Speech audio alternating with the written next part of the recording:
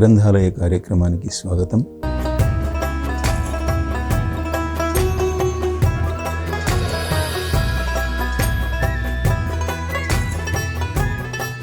నేను doctor Kairika Devarao, lecturer in English, retired. మనము అరుణ గారి గ్రంథం మెసేజెస్ ఫ్రమ్ 40 మాస్టర్స్ అనే గ్రంథాన్ని చూస్తున్నాం. మానవ జీవన ప్రయాణంలో ఆధ్యాత్మికాసక్తిని పెంచడానికి, వారిలో ఉన్న ఆధ్యాత్మిక శక్తిని చైతన్యవంతం చేయడానికి రూపొందించిన మహత్తర గ్రంథం మెసేజెస్ ఫ్రమ్ 40 మాస్టర్స్. పేరుకు తగ్గట్టుగానే ఈ గ్రంథం 40 మంది మహనీయుల అనుభవాలను క్రోడీకరించి రంగరించిన అద్భుత గ్రంథం. దీని ద్వారా ఆయా మహనీయుల ఆధ్యాత్మిక జీవన ప్రయాణాన్ని తేటతెల్లం చేయడంతో పాటు వారి ఆధ్యాత్మిక ప్రయాణం సహాయంతో మానవులలో ఆధ్యాత్మికాసక్తిని పెంచే ఉద్దేశంతో రూపొందించిన మహత్తర గ్రంథమిది. రచయిత్రి శ్రీ అరుణ కలం నుంచి జాలువారిన అద్భుత గ్రంథం. ఈ గ్రంథ రచనకు గాను రచయిత్రి 1993-95 సంవత్సరాల మధ్య కాలంలో 40 మంది ఆధ్యాత్మిక గురువులను ఎంచుకుని వారి సందేశాలను నిక్షిప్తం చేసే ప్రయత్నం చేశారు. ఈ గ్రంథ పఠనం ఇచ్చిన అనుభవాల ద్వారా ప్రతి మనిషిని ఓ కొత్త పరివర్తనలోకి తీసుకెళ్లే ప్రయత్నం చేశారు. అందువల్ల ఈ గ్రంథం మానవుని ఆత్మ ప్రయాణ మార్గంలో మార్గదర్శక శక్తిగా మారుతుందనడంలో ఎంతమాత్రం అతిశయోక్తి అనిపించదు. ఈ గ్రంథ పఠనం వల్ల ఓ మహత్తర ఆధ్యాత్మిక అనుభవం సొంతమవ్వడమే కాకుండా ఆధ్యాత్మిక అనుభూతిని కూడా సొంతం చేస్తుంది. ఈ అపురూప గ్రంథ విశేషాలను మన గ్రంథాలయంలో తెలుసుకుందాం. గత ఎపిసోడ్స్లో మనము కొంతమంది సందేశాలను చూసాం. వాళ్ళు ఎవరనంటే ఏకలవ్యుని గురించి చూసాం, తర్వాత రాఘవేంద్ర స్వామిని గురించి చూసాం, తర్వాత మార్పా గురించి చూసాం, మియాంగో గురించి చూసాం, చివరగా శ్రీకృష్ణుని గురించి చూసాం. అయితే వీళ్ళని గురించి మళ్ళీ రీక్యాప్ ఒక్కొక్క వాక్యంలో చూద్దాం. ఏకలవ్యుడు భారతదేశ పౌరాణిక చారిత్రక రికార్డ్స్లో అట్లాంటి ప్రత్యేక లక్షణాలున్న, ప్రత్యేక గొప్పతనాలున్న మాస్టర్ ఇంకెవ్వరూ లేరు. తనకు సమానమైనటువంటి వారెవరూ లేరు. అంటే తను ఏకైకమైన వాడు. తనకున్నటువంటి ప్రత్యేకతలు ఎవ్వరికీ లేవు. అది ఏకలవ్యుని. వారు ఇప్పుడు చేస్తున్న పనిని కూడా చెప్పారు. అదేంటంటే, నేను ప్రపంచంలో నాకు అంగవైకల్యం, ద్రోణాచార్యుడు వలన నాకు అంగవైకల్యం కలిగింది, అన్యాయంగా కలిగింది, కాబట్టి నేను ఒక పెద్ద సేవను ప్రపంచానికి చేయదలుచుకున్నా. అదేంటంటే, ఇప్పుడు ప్రపంచంలో ఉన్న అంగవైకల్యంతో బాధపడుతున్న వాళ్ళందరికీ మనోధైర్యాన్ని కల్పించి వాళ్ళ జీవితాల్ని విజయవంతంగా జీవించేటట్టు చేస్తున్నాను. ఇది పెద్ద సేవ. ఇప్పుడు చేస్తున్న పనిని కూడా చెప్పాడు. ఇట్లా ఏకలవ్యుని గురించి చూసాం. రాఘవేంద్ర స్వామిని గురించి చూసాం. రాఘవేంద్ర స్వామి యొక్క సందేశాల్లో ముఖ్యంగా ఏంటంటే, వారు మొట్టమొదటికి మొదలు పూజారిగా జపము, కేవలము అర్చన, దేవతార్చన మాత్రమే చేసి మనశ్శాంతిని పొందలేదు. నేను సరిపోయిన మనశ్శాంతిని పొందలేదు అని అన్నాడు. ఎప్పుడైతే నేను ధ్యానాన్ని ప్రారంభించానో అప్పుడు అన్నింటిని గురించి తెలుసుకోగలిగాను. ఎదుటి వ్యక్తులను గురించి క్షుణ్ణంగా వారు చెప్పకముందే తెలుసుకోగలిగాను అంటున్నారు. అంతేకాకుండా వారికి భార్య సహకరించక ఆత్మహత్య చేసుకుని, పిల్లలు తనను వదిలిపెట్టిపోయినా కూడా తాను ఏకాకిగా ఉండి భగవంతుడు నాకు ఏకాంతాన్ని ప్రసాదించాడు అనుకొని ధ్యానాన్ని బాగా పెంపొందించుకొని తాను గొప్ప మాస్టర్గా, ధ్యానిగా రూపొందాడు. ఇది రాఘవేంద్ర స్వామి గురించి మనం తెలుసుకున్నాం. మార్పా గురించి. మార్పా మిలరేపా యొక్క గురువు.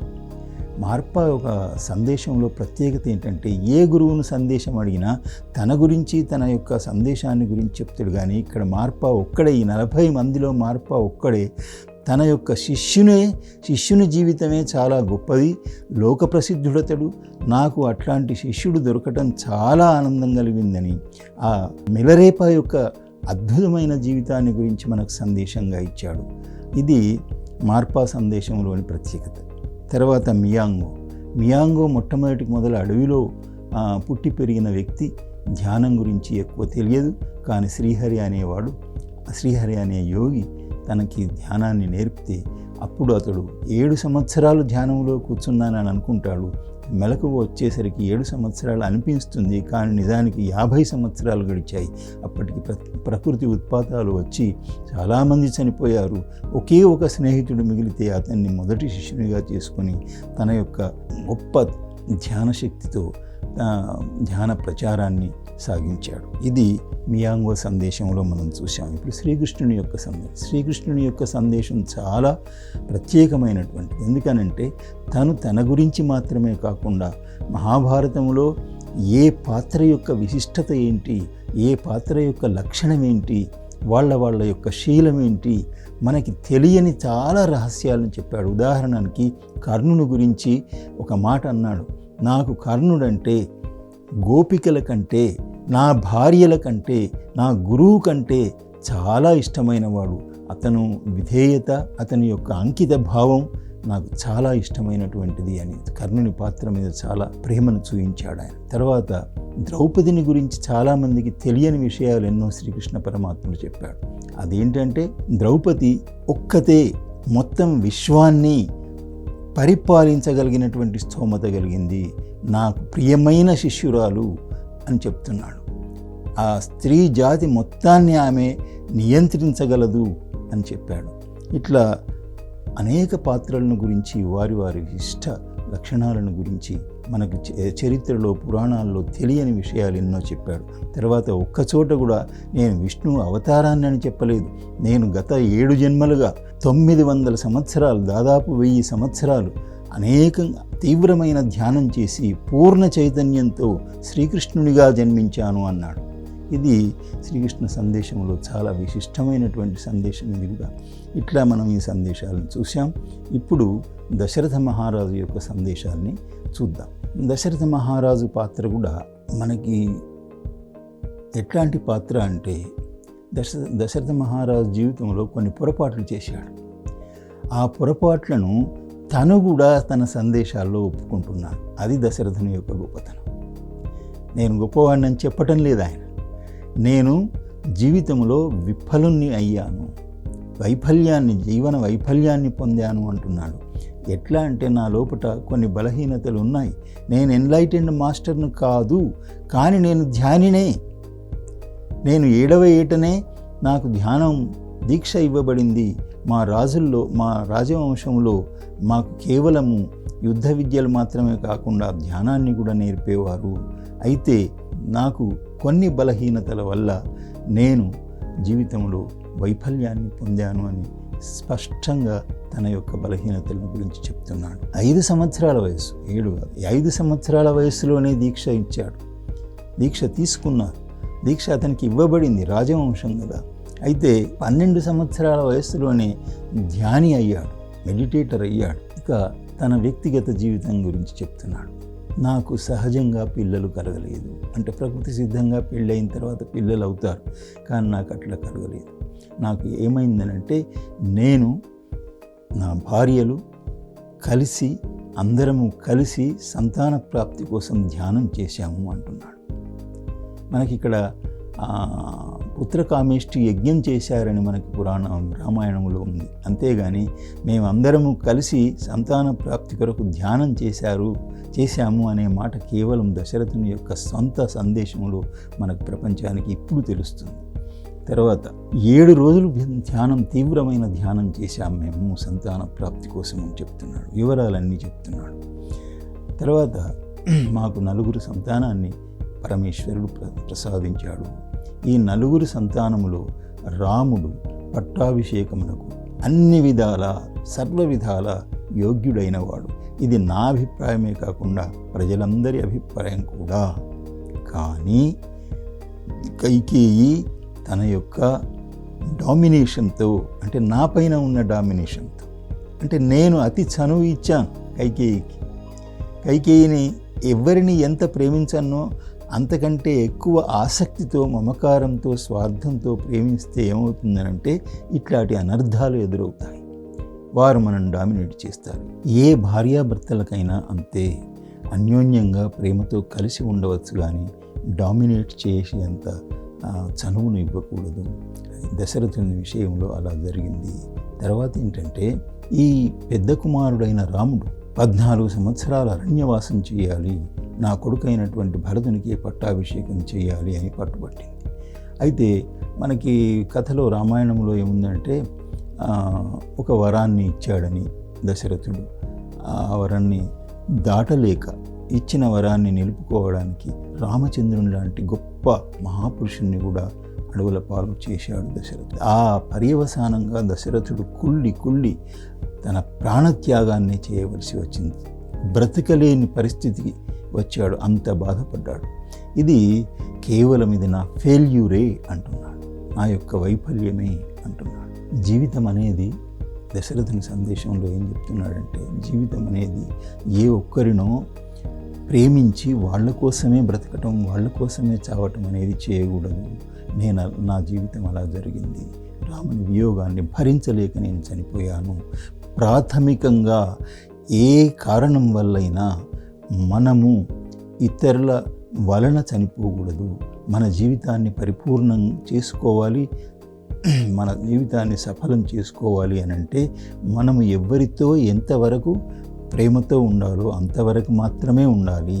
ఎట్లాంటి సంఘటనలు ఎదురైనా వాటిని తట్టుకొని బ్రతకగలగాలి, ప్రాణత్యాగం మాత్రం చేయకూడదు అని దశరథుని యొక్క సందేశం. తర్వాత జీవితం ఒక గొప్ప అర్థవంతమైనటువంటి అవకాశం, కానీ ఇది అందరికీ తెలియదు.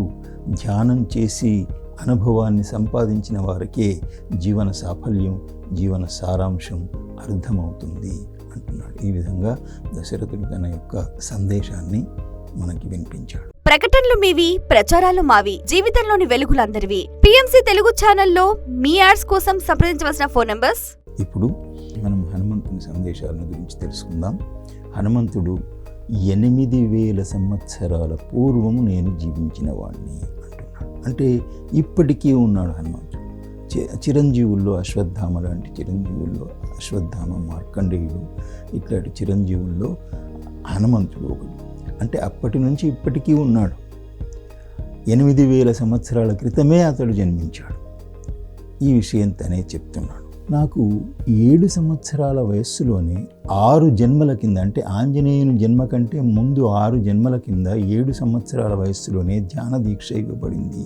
అంటే నేను ఆంజనేయుని జన్మ కంటే 6 జన్మల ముందు నుంచే ధ్యానాన్ని అభ్యసిస్తూ వచ్చాను అంటున్నాడు. ఈ జన్మలో మాత్రమే కాదు అంటున్నాడు. తర్వాత నీవు ధ్యానం ద్వారానే గతాన్ని భవిష్యత్తును తెలుసుకోగలవు. గతాన్ని భవిష్యత్తును ధ్యానం ద్వారా తెలుసుకున్న నాడే ఈ జీవితం యొక్క సాఫల్యత చాలా సులభమవుతుంది అంటున్నాడు. నేను ఇప్పటి జన్మలో, అంటే ఆంజనేయుని జన్మలో 5వ సంవత్సరమే దీక్ష నాకు ఇవ్వబడింది అంటున్నాడు. నాకు 15 సంవత్సరాలు వచ్చే వరకు నేను గొప్ప ధ్యానినయ్యాను. నేను అప్పటికే, అంటే 15 సంవత్సరాల వయస్సు వచ్చేసరికే సూక్ష్మలోక యానాన్ని అభ్యసించాను. తర్వాత నా 3వ కన్ను కూడా 15వ సంవత్సరంలోపే వికసించింది. ఇవే కాకుండా నేను ఇంకెన్నో శక్తులను సాధించిన మాస్టర్ని అయ్యాను అంటున్నాడు. ఎప్పుడు 15వ సంవత్సరం వరకు. నన్ను ఇప్పుడు ఇంతకుముందు మనం సుగ్రీవుని దాంట్లో చూసాం, వాలి సుగ్రీవుని దాంట్లో చూసాం. ఏంటంటే మేము వననరులము, వానరులం అంటే కోతులం కాదు అని. ఆంజనేయ స్వామి కూడా అదే సమాజంలో ఉన్నవాడు కాబట్టి అతని తల్లిదండ్రుల వద్ద అతడు ధ్యానాన్ని చేసినా ముడిసరకుగానే మిగిలిపోయాడు.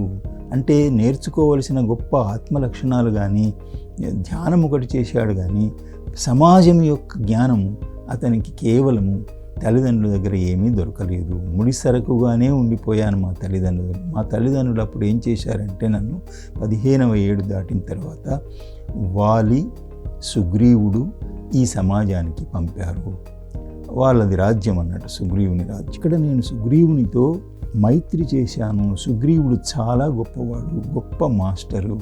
అతని ద్వారా నేను గొప్ప ఆత్మ లక్షణాలని నేర్చుకున్నాను. అవేంటి అంటే సహనము, శాంతము, ఈర్ష్య లేకపోవటము, ఇట్లాంటి లక్షణాలన్నింటినూ నేను సుగ్రీవుని వద్ద నేర్చుకున్నాను. తర్వాత జ్ఞానం మీద ఒక ప్రేమ అనేది కూడా సుగ్రీవుని దగ్గరే నేను నేర్చుకున్నాను. సుగ్రీవుడు గొప్ప ధ్యాని. వీళ్ళిద్దరూ ఇప్పటికీ, సుగ్రీవుడు, హనుమంతుడు కొత్త ప్రపంచంలో మనకి యాక్సిస్ చేంజ్ తర్వాత అక్కడ జీవుల్ని తీసుకువెళ్ళే వరుసలో అక్కడ వాళ్ళకి అనుకూలమైన వాతావరణాన్ని కల్పించడానికి వాళ్ళ యొక్క ధ్యాన శక్తిని ఉపయోగిస్తున్నారని మనం ఇంకో సందేశంలో, వాలి సందేశంలో చూసాం. ఇతరుల పట్ల సానుభూతిని కలిగి ఉండటం అంటే ఇతరుల యొక్క బాధను తన బాధగా ఫీల్ అవ్వటం. ఈ గొప్ప గుణాన్ని కూడా నేను సుగ్రీవుని దగ్గర నేర్చుకున్నాను అంటున్నాడు. ఆ తర్వాత నేను సీతారాముల దగ్గర గొప్ప జ్ఞానాన్ని నేర్చుకున్నాను అని అంటున్నాడు. అయితే లక్ష్మణుడు కూడా చాలా గొప్ప ధ్యాని, గొప్ప మాస్టర్ అని చెప్తున్నాడు.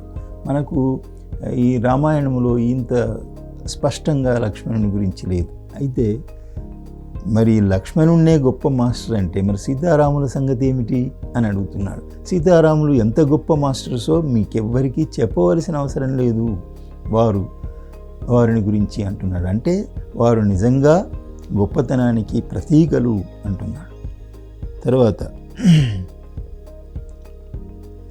సీతాపహరణం తర్వాత రాముడు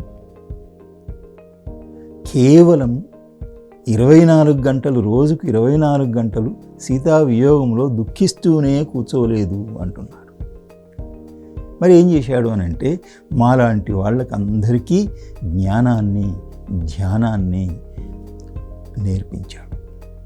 అంతేకాకుండా ప్రపంచం యొక్క పరిస్థితులను గురించి వివరించాడు, ప్రకృతి యొక్క శక్తులను గురించి వివరించాడు, సమాజాన్ని గురించి చెప్పాడు, తర్వాత జీవిత పరమార్థాన్ని గురించి చెప్పాడు, అవతారాలను గురించి చెప్పాడు, తర్వాత ఇతర నక్షత్రాల జ్ఞానాన్ని గురించి కూడా చెప్పాడు రాముడు. ఇదంతా మనకు రామాయణంలో ఎక్కడా లేదు. ఇది కేవలము డైరెక్ట్గా వీళ్ళు పాత్రలు మనకి సందేశాన్ని ప్రపంచానికి ఇప్పుడు ఇస్తున్నారు కాబట్టి ఇవి చాలా కొత్త విషయాలు. ఇవన్నీ మన ప్రపంచానికి, నేటి తరానికి, రాబోయే తరాలకు అన్నింటికీ మార్గదర్శకంగా ఉంటాయి. జ్ఞానబోధన కూడా చేశాడు, ధ్యానాన్ని నేర్పాడు. ఇదంతా రాముడు మాకు చేసినటువంటి పని. వియోగంలో కేవలం తన సీతా వియోగంలో ఏకాంతంగా ఏడుస్తూ మాత్రమే కూర్చోలేదు, మాకు ఇంత గొప్ప భాగ్యాన్ని కలిగించాడు అని చెప్తున్నాడు ఆంజనేయ స్వామి. మరి సీతారాములు వియోగంలో ఏమి నేర్చుకున్నారు అంటే సీతారాములు వియోగంలో ఒక గొప్ప సత్యాన్ని నేర్చుకున్నారని చెప్తున్నాడు ఆంజనేయుడు. ఏంటంటే భార్యాభర్తలు విడిపోయి జీవించినప్పుడు కూడా తమ యొక్క స్థితప్రజ్ఞత్వాన్ని కోల్పోకుండా, తమ యొక్క జీవిత ధ్యేయాన్ని మరిచిపోకుండా అచంచలమైనటువంటి దృఢమైన విశ్వాసంతో, దీక్షతో ఎలా బ్రతికాలి అనేది నేర్చుకున్నారు అంటున్నాడు. ఎంత గొప్ప రహస్యం ఇది, ఎంత గొప్ప విషయం. ఇంత తేటతెల్లంగా మనకు వాల్మీకి రామాయణంలో కూడా ఎక్కడ కనపడదు. తర్వాత మరి సీతామాత గురించి. సీతామాతను రావణాసురుడు ఎత్తుకొని పోయిన తర్వాత సీతామాత అక్కడ ఏడుస్తూ 24 గంటలు ఏడుస్తూనే కూర్చున్నదానంటే కాదు. ఎట్లా తెలుసు మీకు అని ఆంజనేయుడిని మనం అడిగితే ఆంజనేయుడు తనే స్వయంగా చెప్తున్నాడు. ఎందుకంటే నేను అశోకవనాన్ని స్వయంగా వెళ్ళి చూశాను, సీతామాతను అక్కడ దర్శించాను, వాళ్ళు ఎట్లా ఉన్నారో కనుక్కున్నాను. సీతామాత వియోగ దుఃఖం ఉన్నప్పటికీ తన యొక్క సమయాన్ని పూర్తిగా వృధా చేయకుండా అక్కడ ఉన్న రాక్షస స్త్రీలకు ధ్యానాన్ని నేర్పింది అంటున్నాడు. అందులో చాలామందికి రాక్షస స్త్రీలకు ధ్యానాన్ని నేర్పిన ఒక్క త్రిజట మాత్రం గొప్ప ధ్యానిగా రూపొందింది. త్రిజట స్వప్నం అని ఒకటి మనకి రామాయణంలో వాల్మీకి రాశారు. అందులో ఏంటంటే రావణుని లంక నాశనం అయిపోతున్నట్టు, రావణుని యొక్క వంశం నాశనం అయిపోతున్నట్టు ఆమెకు కల, భయంకరమైన కల వస్తుంది. ఆ కళను గురించి రావణునికి చెప్తుంది, కానీ రావణుడు పట్టించుకోడు. అంటే ఆమెకి ఎందుకు వచ్చిందనంటే ఆమె ధ్యానంలో పరిపక్వతగాంచింది. ఆ ధ్యానం ఎక్కడ నేర్చుకుందంటే సీతమ్మ వారు స్వయంగా అక్కడ రాక్షస స్త్రీలకు ధ్యానాన్ని నేర్పింది. అయితే ఒక్క త్రిజట మాత్రమే చాలా యోగ్యురాలుగా ఆ ధ్యానాన్ని నేర్చుకుంది. మిగతా వాళ్ళెవ్వరూ అంత ధ్యానాన్ని నేర్చుకోలేదు. ఇది ఆంజనేయుని సందేశంలో కూడా మనకు చెప్తున్నాడు. తర్వాత ఇంకొక విషయం ఆంజనేయుడు ఇక్కడ చాలా గొప్ప విషయం చెప్తున్నాడు. కృష్ణుని సందేశాల్లో తన అనుభవాన్ని చెప్పిన విషయం, కృష్ణుని యొక్క అనుభవమే మళ్ళీ ఆంజనేయ స్వామి అనుభవంగా తను చెప్తున్నాడు. నేను లంకలోకి వెళ్ళినప్పుడు అశోకవనంలో అక్కడ చూశాను, అక్కడ ప్రకృతి చాలా ఆనందభరితంగా ఉంది. సీతమ్మ వారు ఏడుస్తూ ఉంటే ప్రకృతి ఆనందంగా ఎట్లా ఉంటుంది అంటే, సీతమ్మ వారు బయటికి సీతా వియోగాన్ని రాముని వియోగాన్ని అనుభవిస్తున్నా తాను ఏంటి, తాను ఎందుకు వచ్చింది అనేది తనకు తెలుసు. మనకి ఇంతకు ముందటి సందేశాల్లో సీతమ్మ వారు స్వయంగా చెప్పారు. ఏమనంటే, నేను ఇద్దరు విభిన్నమైనటువంటి వ్యక్తుల నుంచి పాఠాలను నేర్చుకోవడానికి రాముని దగ్గర ఒక వ్యక్తి విభిన్నమైన వ్యక్తి, దానికి రామునికి కంప్లీట్గా విభిన్నమైన వ్యక్తి రావణుని దగ్గర జీవిత పాఠాలను నేర్చుకోవడానికి వెళ్ళాను అని చెప్పింది. అట్లానే ఇక్కడ తను ఎందుకు వచ్చిందో తెలుసు. ఆ అవతారం మనకి రావణుని యొక్క మరణం సంభవించేది ఉంది కాబట్టి సీతవరణ అట్లా చేయవలసిన పని కర్తవ్యం ఉంది కాబట్టి ఆమె అక్కడికి వచ్చేసింది. తర్వాత ఆంజనేయ స్వామి ఇంకొక విషయం చెప్తున్నాడు. ప్రకృతి ఎంత ఆనందభరితంగా ఉంది అంటే, శిలలు, వృక్షాలు, వాయువు, జలము ఇవన్నీ నాతో వాటి ఆనందాన్ని పంచుకున్నాయి. ఇవన్నీ నాతో మాట్లాడాయి, నేను వాటితో మాట్లాడాను అంటున్నాడు. సేమ్ ఇదే సందేశం కృష్ణుడు కూడా నేను ధ్యానంలో పరిపూర్ణతను సాధించిన తర్వాత ప్రకృతి శక్తులతో నేను మాట్లాడగలిగేవాడిని. నేను ఏదంటే అది ప్రకృతి శక్తులు నాకు అవి ఇచ్చేవి. నేను వర్షం కావాలంటే వర్షం వెంటనే కురిసేది అని చెప్పాడు. అట్లనే ఇక్కడ కూడా ఆంజనేయ స్వామి నేను ప్రకృతి శక్తులతో అన్నింటితో మాట్లాడాను, అవి చాలా సంతోషంగా పొంగి పొరలుతున్నాయి. ఎందుకు అనంటే, సీతమ్మ వారి లాంటి గొప్ప వ్యక్తి మా మధ్యలోకి వచ్చి నివసిస్తుంది కాబట్టి ఇది మా అదృష్టము. మా జీవితాలు పవిత్రమైపోయినాయి, మా చైతన్య శక్తి వృద్ధి చెందింది, మాకు ఎనలేనటువంటి గొప్ప అదృష్టాన్ని సీతమ్మ వారు ఇచ్చింది, మేము ఎదిగేటువంటి మా ఆత్మౌన్నత్యం కలిగేటువంటి అవకాశాన్ని సీతమ్మ వారు ఇచ్చింది అని చెప్పి ప్రకృతి మొత్తం పులకించిపోతుంది అక్కడ. ఆంజనేయ స్వామి గొప్ప ధ్యాని కాబట్టి, గొప్ప మహాయోగి కాబట్టి గ్రహించి వారితో మాట్లాడి, ఆ ప్రకృతి శక్తులన్నింటితో మాట్లాడి మనకి ఈ సందేశాన్ని ఇస్తున్నారు. ఆంజనేయ స్వామి అంటున్నారు తన సందేశంలో చివరి భాగంలో, నేను ఈ విధంగా సుగ్రీవుని నుండి, సీతారాముల నుండి, లక్ష్మణస్వామి నుండి గొప్ప అనుభవ పాఠాలను నేర్చుకున్నాను అంటున్నాడు. తర్వాత ఇదంతా జరిగిపోయిన తర్వాత నేను మళ్ళీ సమాజంలోకి వెళ్ళలేదు అంటున్నాడు ఆంజనేయ స్వామి. మరి ఎక్కడికి వెళ్ళిండు అని అంటే, నేను హిమాలయాల్లో నా గురువుల దగ్గరికి వెళ్ళాను అంటున్నాడు. నేను ఇప్పుడు హిమాలయాల్లో నా స్థితి ఏంటి అని అంటే చెప్తున్నాడు. నేను మీరు అనుకునేటువంటి బ్రహ్మ, సృష్టికర్త అయిన బ్రహ్మ ఉన్నాడు కదా, ఆ బ్రహ్మ స్థితిని పొందాను.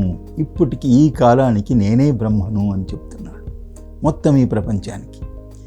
మరి ఈ విషయమే సరస్వతి తన సందేశంలో, ఇంకా మనకు తర్వాత వచ్చే సందేశంలో మనకు సరస్వతి మాత కూడా చెప్తుందన్నమాట. మేము భూమిని సృష్టించాము, భూమిని ఎన్నో సంవత్సరాలు పరిపాలించాము, కానీ ఇప్పుడు మేము భూమిని పరిపాలించటం లేదు అని చెప్తుందన్నమాట. మరి మేము ఇంకా ఉన్నతమైనటువంటి బాధ్యతను తీసుకొని ఉన్నతమైన లోకాల్లో ఉన్నాము.